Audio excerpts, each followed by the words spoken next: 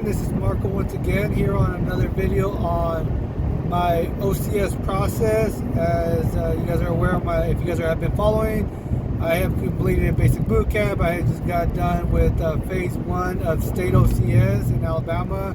So I have been home for at least about almost a month and a half now or so. And I know from my previous video, some people have been questioning and asking me about the difference between like the OCS process on how to be able to get commissioned into the Army National Guard. There are different ways.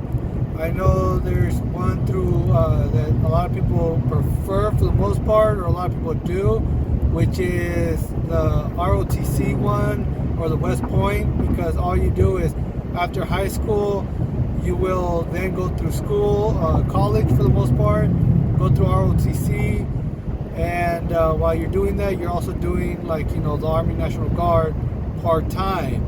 After you graduate from the university that you're attending, you completed your bachelor's, you will then be able to get commissioned right off the bat. I do not know the whole process. I don't know the whole steps on it besides being enlisted and then going through ROTC throughout college. So I don't know the whole outcome afterwards. That's how everyone has always described it to me, even those that have gone through college ROTC.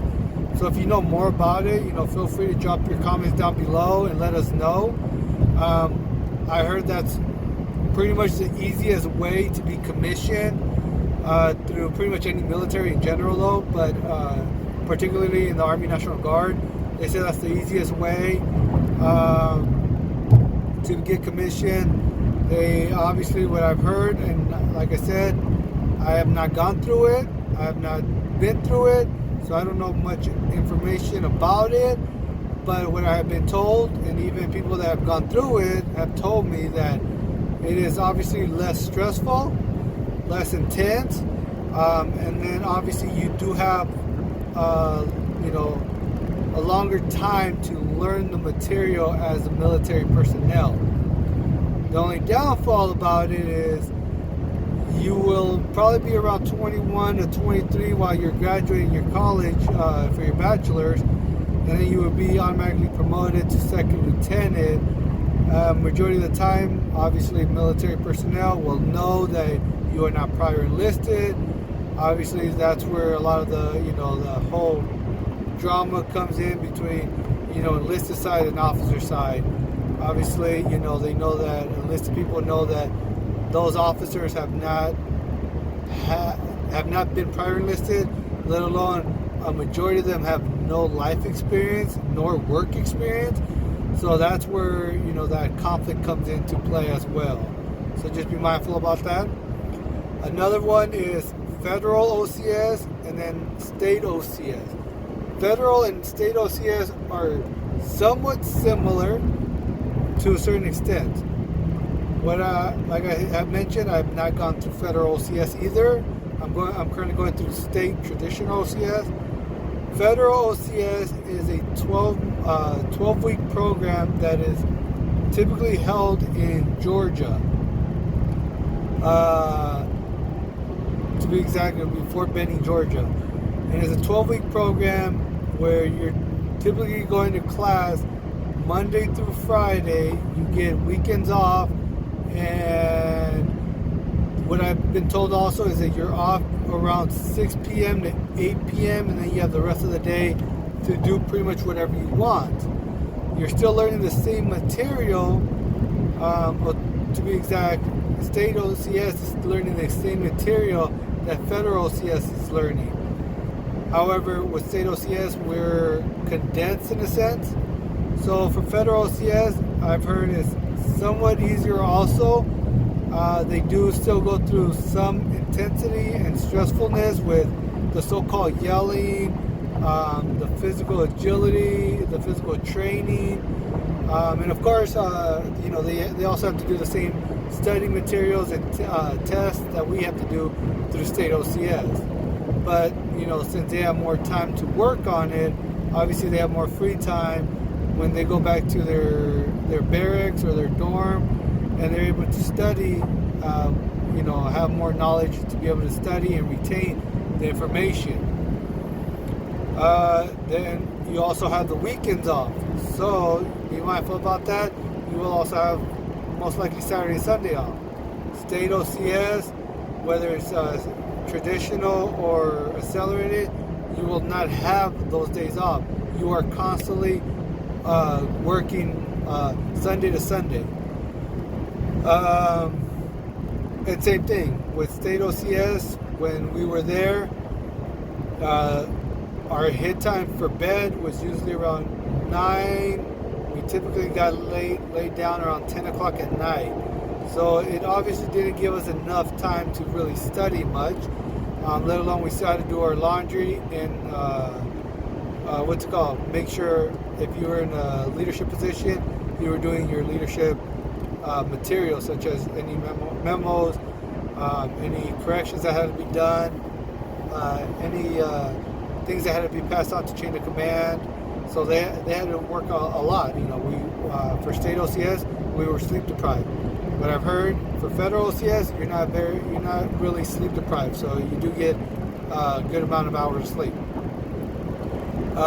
Same thing with state OCS. Federal OCS. I know a lot of people will talk about it.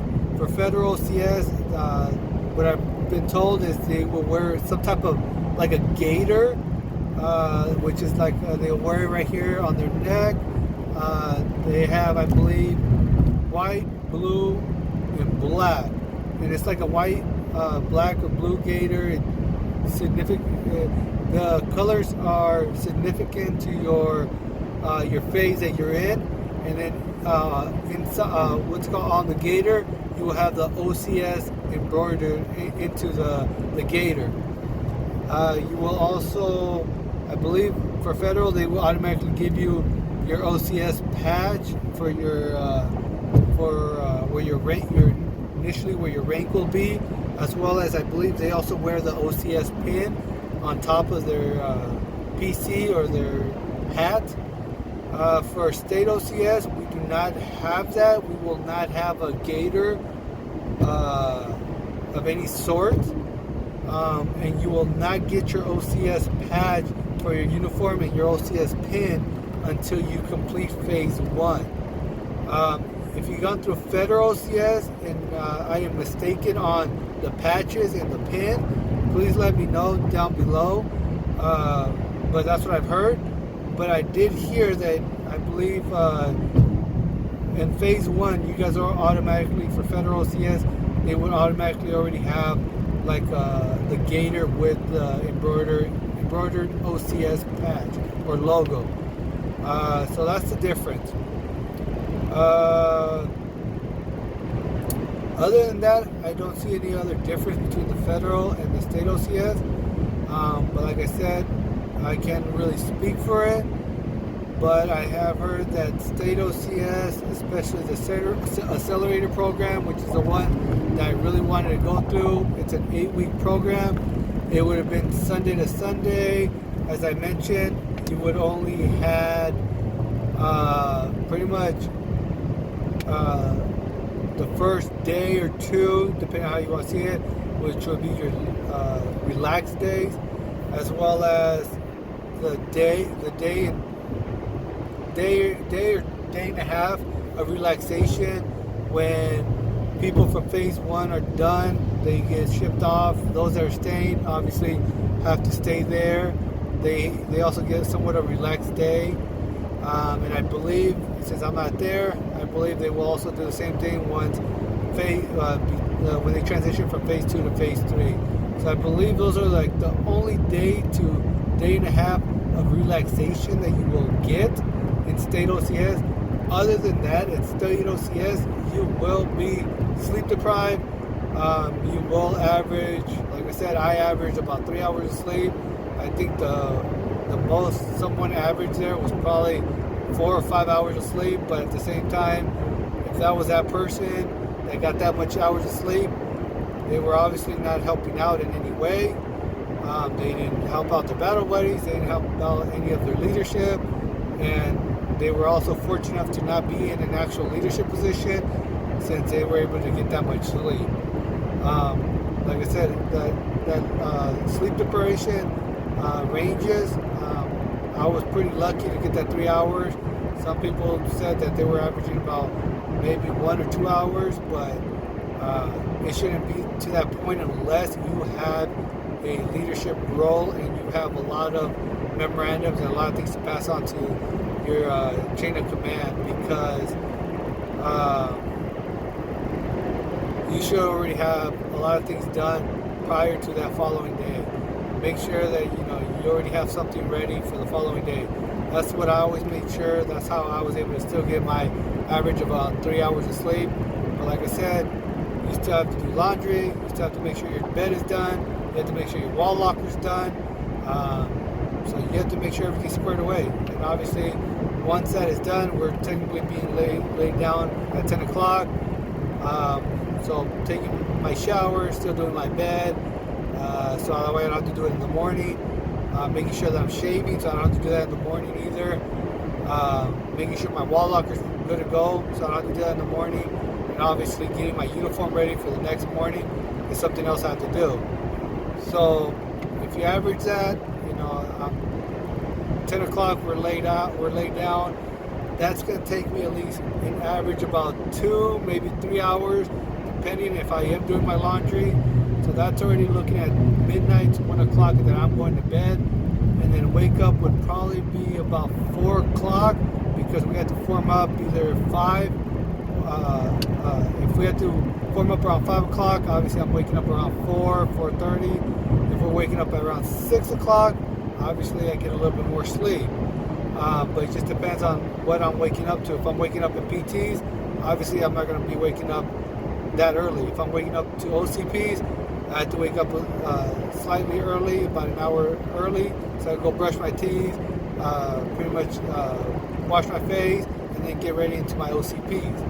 My PTs, different story. I'm already in my PTs. Wake up, go brush my teeth, wash my face, and I'm good to go. So just things like that. But yeah, guys, other than that, that's mainly the only difference between all the commissionings. Unfortunately, I can't really give you much info on the ROTC, West Point stuff. All I know is those are a lot easier than federal and state OCS. Going through federal OCS, that was also a route that I wanted to take right after completing basic, but obviously that was not on my contract. I made the mistake of that, so I went back to my state. I was going to state OCS, so I had the option of hopefully the 2 option, which was accelerated 8 weeks, or the traditional one, which was 2 weeks, then 1 week in a month for pretty much 12 months, and then another 2 weeks for phase 3. I wanted accelerated. My state and my unit completely, in a sense, screwed me, unfortunately, but it is what it is. They refused, not only me, but everyone else that wanted to go accelerated.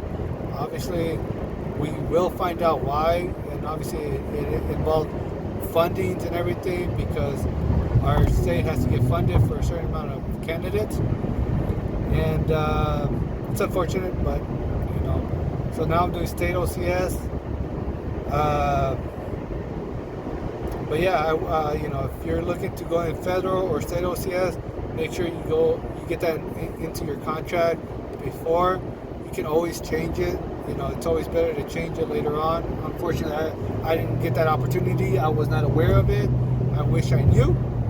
That's why I'm making these videos, so that way I give you guys the good, the bad, and obviously the very ugly that I have been getting, which has been my federal OCS. Couldn't get that, and then obviously my state OCS. Another ugly thing is, obviously, I've been out of basic since December, and we are currently going into August of 2023, and I completed basic in December of 2022, and I still have not collected my BAH. I have been getting the runaround. I have had to complete numerous packets for my BAH. So that's always the good, bad, and ugly right there. So just be mindful about that, guys. But other than that, I don't want to go further into that. This was just mainly a video of OCS and commissioning procedures or processes that you can find. But yeah, guys, I hope you guys enjoyed this video. Feel free to drop your comment, questions, or concerns down below. You will always have options, like I mentioned. You have the college route, which a lot of people find, federal OCS, and then state OCS. But other than that, guys, good luck. If you guys have any other questions, feel free to drop down your comment. And I hope to be hearing from you guys soon.